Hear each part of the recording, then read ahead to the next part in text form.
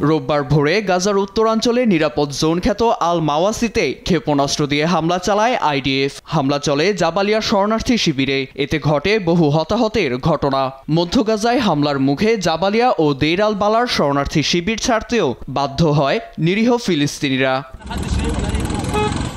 বিধ্বস্ত গাজায় ফিলিস্তিনিদের উপর হামলায় ব্যস্ত ইসরায়েলি প্রতিরক্ষা বাহিনী আইডিএফ। চোখের সামনে ফিলিস্তিনিদের পেলে গুলি কিংবা ক্ষেপণাস্ত্র নিক্ষেপই তাদের একমাত্র লক্ষ্য।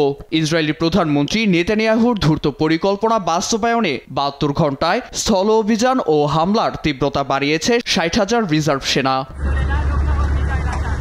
এর মধ্যে ফিলিস্তিনিদের সহায়তায় শনিবার ইরাকের বাগদাতে আরব সম্মেলনে বসে মুসলিম বিশ্বের নেতারা, যেখানে গাজাকে পুনর্নির্মাণ ও ফিলিস্তিনিদের ভবিষ্যৎ নিয়ে চলে আলোচনা।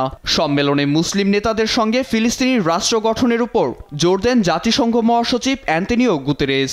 বলেন, ইসরায়েলি ও ফিলিস্তিনিরা শান্তিপূর্ণভাবে পাশাপাশি বসবাস করবে, এটা শুধু লক্ষ্য নয় বরং একান্ত কাম্য। ইসরায়েলের স্থল অভিযানের মাত্রা বাড়ানো নিয়ে আমি অবগত। আমরা ফিলিস্তিনিদের জন্য কাজ করতে চাই। এতে জাতিসংঘ এমন কোনো ত্রাণ সহায়তায় অংশ নেবে না যা আন্তর্জাতিক আইন পরিপন্থী। বলপূর্বক গাজা থেকে ফিলিস্তিনিদের স্থানান্তরিত করার পরিকল্পনাকে আমরা প্রত্যাখ্যান করছি।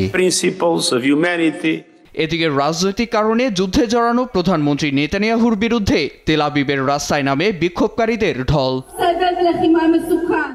গাজায় যুদ্ধ বন্ধ করে হামাসের হাতে জিম্মির স্বজনদের দ্রুত ফিরিয়ে আনা না হলে সরকার পতনে পুরো ইসরায়েল এক হবে বলে হুঁশিয়ারি দেন বিক্ষোভকারীরা।